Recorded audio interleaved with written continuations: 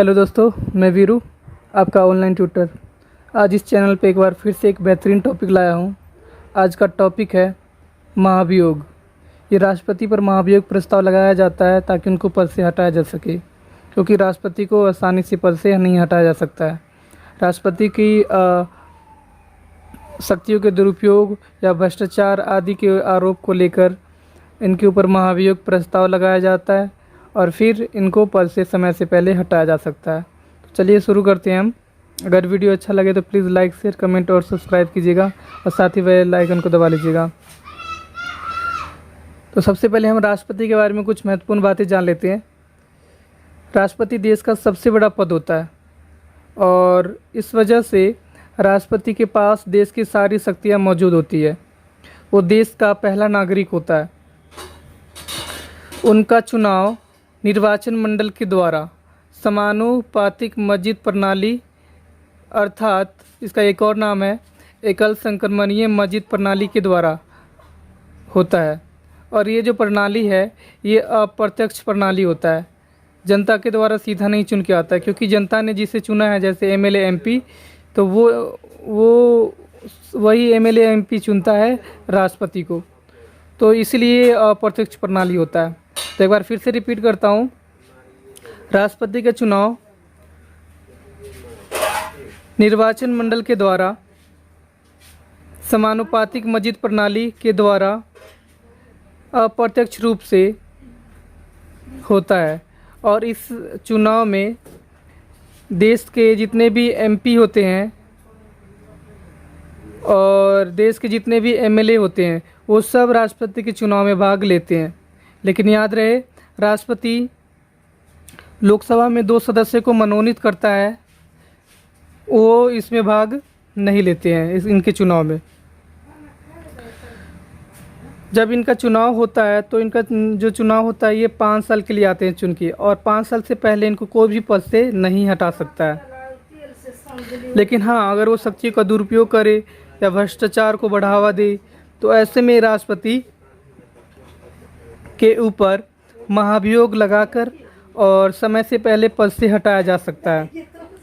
और ये महाभियोग लगाने की प्रक्रिया हम पढ़ने जा रहे हैं अब।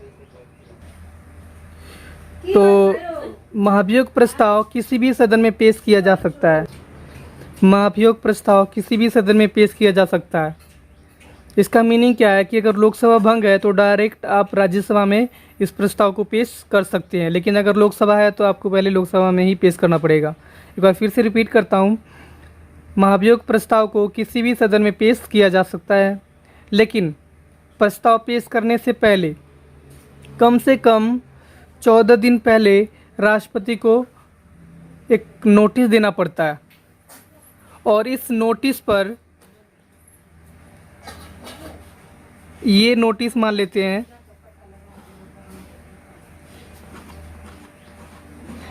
इस नोटिस पर कम से कम एक सदन के 1/4 सदस्यों का हस्ताक्षर होना चाहिए। 1/4 सदस्यों का क्या होना चाहिए?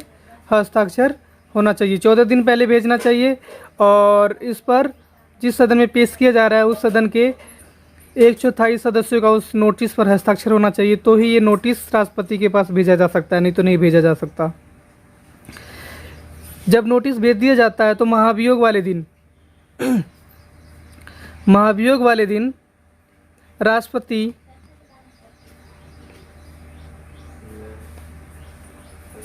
अपने सफाई पेश करने के लिए स्वयं आ सकता है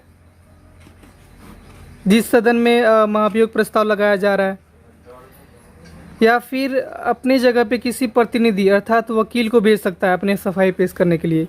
इसका मीनिंग क्या है? इसका मीनिंग ये है कि महाभियोग जिस दिन लगता है राष्ट्रपति के ऊपर, उस दिन राष्ट्रपति के ऊपर उनके कार्यों को लेकर आलोचना किया जाता है, उनके ऊपर आरोप लगाया जाता है। तो ऐसे में उन आरोपों को उनके ऊपर जो आरोप लगाया जाता है तो उन आरोपों से बचने के लिए सफाई पेश करना आवश्यक होता है। तो इसलिए राष्ट्रपति स्वयं अपनी सफाई पेश करने के लिए महाभियोग वाले दिन उस सदन में जा सकता है या फिर किसी वकील को भेज सकता है। यदि लोकसभा और राज्यसभा ये दोनों सदनों से ये महाभियोग प्रस्ताव विशेष बहुमत से पास हो जाता है तो राष्ट्रपति को उसी वक्त त्यागपत्र देना पड़ जाता है। और इसके विपरीत यदि ये सदन से पास नहीं होता है तो ऐसे में संसद को ही राष्ट्रपति से माफ़ी मांगना पड़ जाता है, क्योंकि राष्ट्रपति देश का सबसे बड़ा पद होता है और सबसे देश का पहला नागरिक होते हैं, गरिमापूर्ण ये पद होता है। और ऐसे में उनके ऊपर आरोप लगाया जाना, ये गलत आरोप लगाना ये सही नहीं माना जाएगा। और इसी वजह से जब ये प्रस्ताव पास नहीं होता है तो ऐसे में संसद को उनसे माफ़ी मांगना पड़ जाता है। तो अगर वीडियो अगर थोड़ा सा भी अच्छा लगे तो प्लीज़ यार लाइक शेयर कमेंट और सब्सक्राइब कीजिएगा, साथ ही बेल आइकन को दबा लीजिएगा ताकि मेरा न्यू वीडियो का नोटिफिकेशन आपको मिल जाए। Thank you.